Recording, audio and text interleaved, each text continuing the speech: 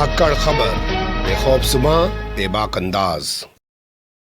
धाकड़ खबर के news room से मैं आपके साथ हूं अकरम रईस खान। लगता है अब भारत, इंडिया, हिंदुस्तान, जो भी आप कहें, आरएसएस के सपनों का हिंदू राष्ट्र बन चुका है। अब संविधान में तब्दीली करने की जरूरत नहीं है। अब संविधान के जरिए भारत को हिंदू राष्ट्र घोषित करने की जरूरत नहीं है, क्योंकि पार्षद से लेकर प्रधानमंत्री तक और राष्ट्रपति तक सबके सब आरएसएस के लोग बैठे हुए हैं, यानी सत्ता आरएसएस के पास है। और भारत को हिंदू राष्ट्र बनाने के पीछे जो मकसद था वो यही था कि सत्ता आरएसएस के पास रहे, पावर आरएसएस के पास रहे। आप कहेंगे कि ये बात इस समय क्यों कही जा रही है? उत्तर प्रदेश के अयोध्या में खड़े होकर कल उत्तर प्रदेश के सीएम, जो एक संवैधानिक सीट पर बैठे हुए हैं, आदित्यनाथ योगी, उन्होंने जिस तरीके के बोल वचन दिए हैं, उसके बाद ये सवाल बड़ी मजबूती से उभर रहा है। लेकिन ये सवाल मैं आपके सामने उठाऊं, दो चीजें जिम्मेदारी से आपके सामने रख देना चाहता हूं। देखिए, भारत के अंदर अगर आप अध्ययन करेंगे, गूगल करके निकालिए, 20-21% यहाँ पे अल्पसंख्यक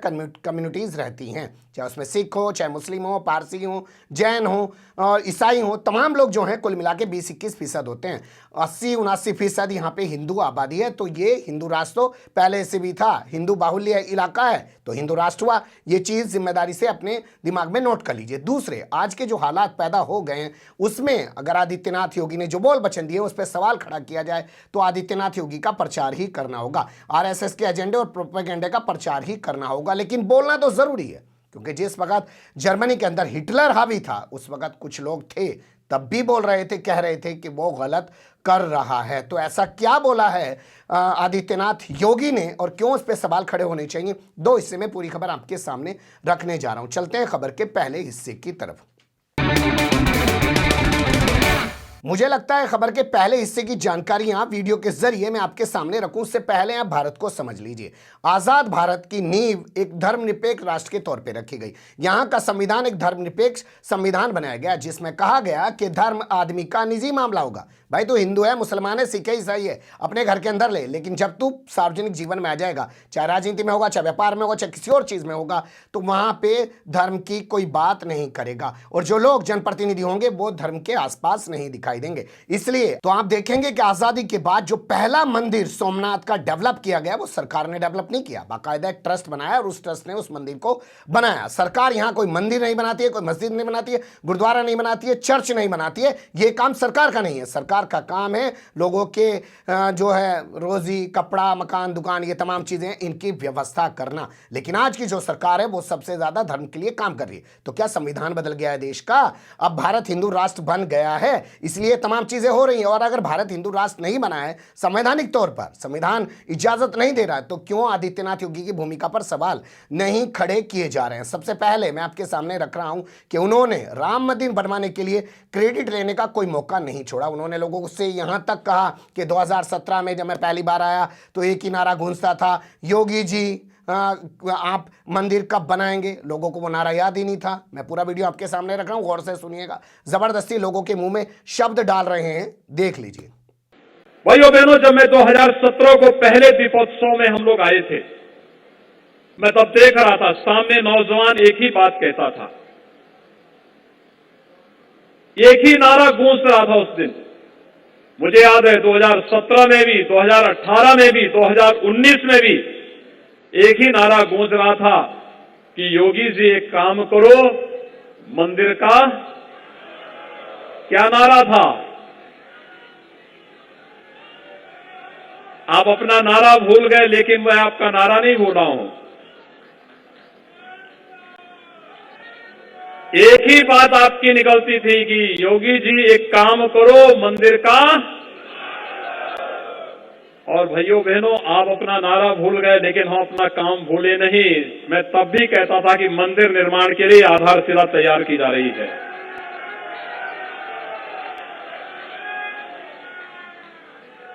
आज मंदिर का निर्माण हो रहा है कि नहीं हो रहा है?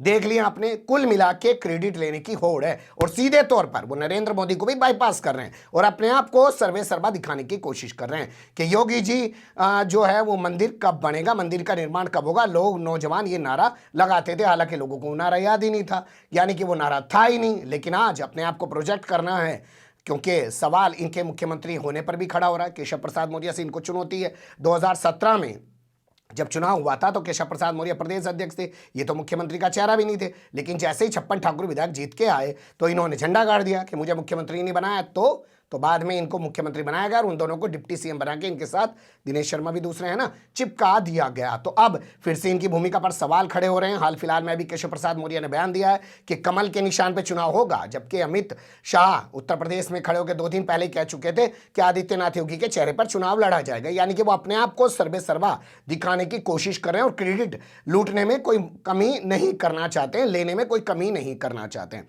आगे वो कह रहे हैं कि दीपोत्सव का जो ये प्रोग्राम है, कल जहां दावे किए जा रहे हैं कि 9 लाख दिए वहां जलाए गए, 3 लाख दिए और जगह जलाए गए, कुल मिला के 12 लाख दिए अयोध्या में जलाए गए, 2017 से शुरू हुआ था और हमने पूरी सरकार को इसमें लगा रखा है। उन्हीं की ज़बानी सुन लीजिए। 2017 में प्रदेश सरकार ने मर्यादा पुरुषोत्तम भगवान श्री राम की इस पावन स्थली में दीपोत्सव के इस कार्यक्रम को आगे बढ़ाया था। देश के यशस्वी प्रधानमंत्री जी की प्रेरणा थी, पूज्य संतों का सहयोग था, जनप्रतिनिधियों की सक्रिय सहभागिता थी और पूरी सरकार लगी थी, पूरा प्रशासनिक तंत्र लगा था, यहां की शिक्षण प्रशिक्षण संस्थाएं लगी थी और देखते ही देखते यह आयोजन अपने आप में दुनिया का एक विशिष्ट आयोजन बन गया। अब ये सरकार वाली बात जो उन्होंने बोली है, यहीं से फिर सवाल खड़ा हो जाता है कि क्या भारत का संविधान बदल गया है? क्या भारत हिंदू राष्ट्र बन गया है? क्या संविधान अब धर्मनिरपेक्ष संविधान नहीं रहा है, जो एक सरकार को ऐसे काम में लगा दिया गया है धार्मिक? क्या धार्मिक काम में सरकार को लगाया जा सकता है? जो धर्म के लोग हैं वो करें, ट्रस्ट बनाएं, अपने एनजीओ बनाएं, लोग अपने मंदिर मस्जिद पहले से भी बनाते आए, सरकार क्यों कर रही है? लेकिन क्रेडिट लेना है और उन्हें दिखाना है कि हमारे रहते हुए क्या हो रहा है और पहले क्या हो रहा था। और आगे जो खबर के दूसरे हिस्से में मैं आपके सामने रख रहा हूं वो इससे भी ज्यादा चौंकाने और डराने वाला है।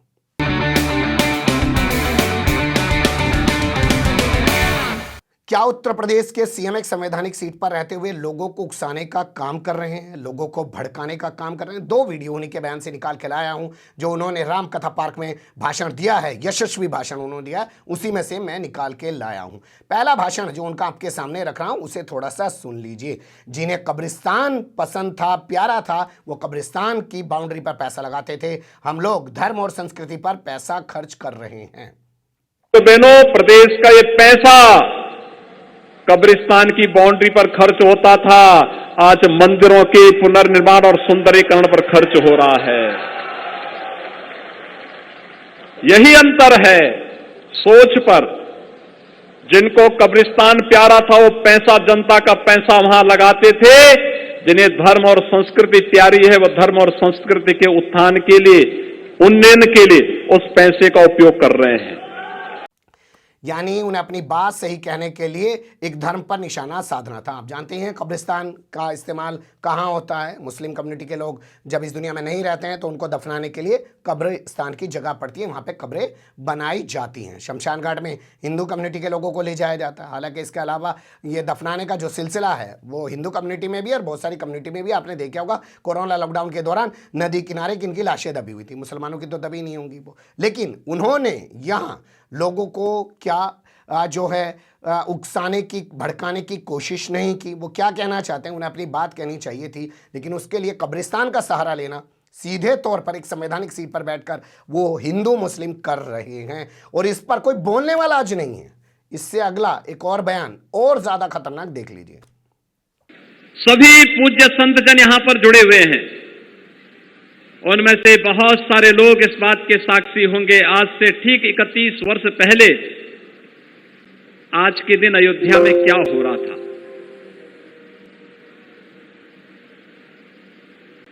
30 अक्टूबर 1990 और 2 नवंबर 1990 को इसी अयोध्या में राम भक्तों पर, राम कार सेवकों पर गोलियां चलाई गई थी।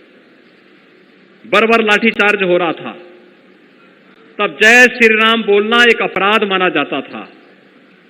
तब राम मंदिर की बात बोलना अपने आप में एक अपराध होता था। लेकिन भाइयों बहनों,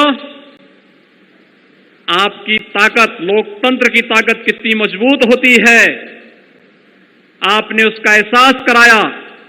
और उस ताकत का एहसास है जो कल तक राम भक्तों पर आज से 31 वर्ष पहले गोलियां चला रहे थे, आज वो आपकी ताकत के सामने झुके हैं। अब लगता है कि अगर कुछ और वर्ष आप इसी प्रकार से ले चले तो अगली कार सेवा के लिए वे और उनकी पूरी खानदान लाइन पर खड़े होते हुए दिखाई देंगे। आप देखना, अगली कार सेवा जब होगी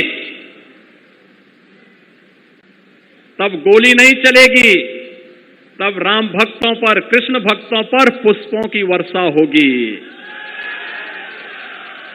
और यही लोकतंत्र की ताकत है।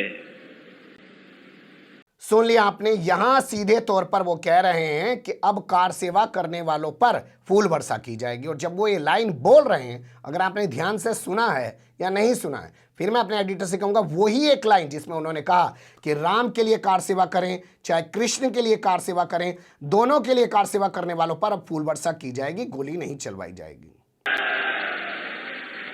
आप देखना, अगली कार सेवा जब होगी तब गोली नहीं चलेगी, तब राम भक्तों पर, कृष्ण भक्तों पर पुष्पों की वर्षा होगी। और यही लोकतंत्र की ताकत है।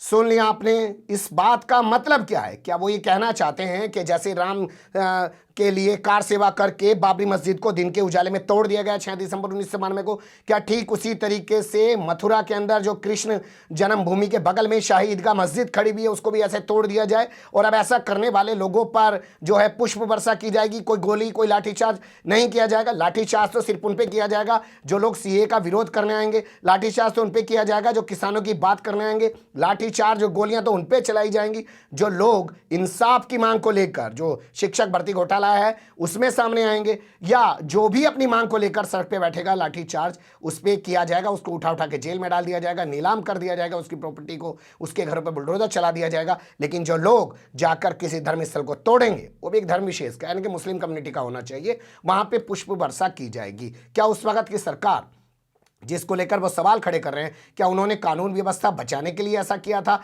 या उन्होंने किसी मुस्लिम को खुश करने के लिए ऐसा किया था? इस पर भी आदित्यनाथ योगी को स्पष्टीकरण देना चाहिए। वो तो सामने आ नहीं पाएंगे क्योंकि जैसा मैंने बताया कि अगर कोई भी सामने आएगा, चाहे कोई पत्रकार हो, चाहे कोई नेता हो, और अगर आके वही कहता है कि आदित्यनाथ योगी गलत बोल रहे हैं, तो सीधा तौर पर उसे कह दिया जाएगा ये हिंदू विरोधी है, ये राम विरोधी है, ये कृष्ण विरोधी है। पूरा माहौल इस तरीके का बना दिया है। जैसे जैसे चुनाव करीब आ रहा है, देखने में आ रहा है आदित्यनाथ योगी हर मामले को हिंदू मुस्लिम पर ले जा रहे हैं। कुछ दिन पहले उन्होंने राशन को लेकर बयान दिया कि राशन अब्बा जान कहने वाले खा जाते हैं। आप जानते हैं अब्बा जान कौन सी कम्युनिटी के लोग कहते हैं, यानी कि मुसलमान जो है राशन खा जाते हैं। हाल फिलहाल में उन्होंने अभी जो है भाषण दिया कि 7 पुश्तों तक, ये पुश्तों वाला जो वर्ड है आप जानते ही हैं, वरना दूसरी कम्युनिटी में कुछ और शब्द बोले जाते हैं। जैसे यहाँ बोला जाता है खाना खा लीजिए, वहाँ बोला जाता है भोजन कर लीजिए, यहाँ बोला जाता है नहा लीजिए, वहाँ बोला जाता है स्नान कर लीजिए। तो शब्दों का खेल है। आदित्यनाथ योगी ने वहाँ पे भी यही कहा कि उनकी 7 पुश्तों से वसूली की जाएगी जो लोग अब बवाल करने की कोशिश करेंगे। तो जैसे जैसे चुनाव करीब आ रहा वैसे वैसे आदित्यनाथ योगी लगता है जब मुख्यमंत्री नहीं थे उसी तरीके के अपने पुराने रूप में वापस आ चुके हैं। उनके बहुत सारे बयान हैं, आप निकाल के देख सकते हैं।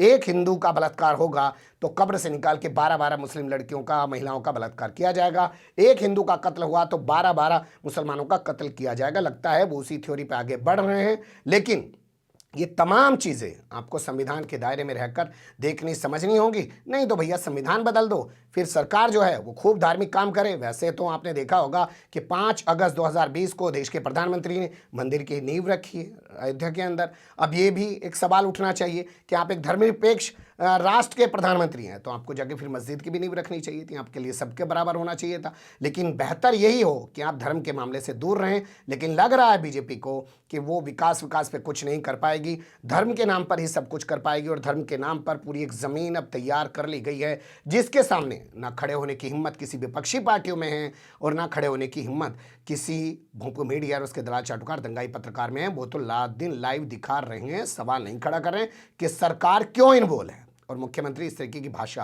कैसे बोल सकते हैं धर्मनिरपेक्ष राष्ट्र में, धर्मनिरपेक्ष संविधान के रहते हुए। खैर जाने दीजिए, कुछ अपडेट था, मुझे लगा कि आपको रूबरू इससे कराऊं जो भी आपकी राय हो जरूर दीजिएगा। खबर को लाइक कर सकते हैं, चैनल को सब्सक्राइब कर सकते हैं और ज़्यादा से ज़्यादा हमारी खबरों को शेयर कर सकते हैं। फिर ऐसे ही किसी सुलगते हुए या उलझते मुद्दे लेकर मैं आपके सामने होऊंगा हाजिर। फिलहाल अभी मुझे दें इजाज़त।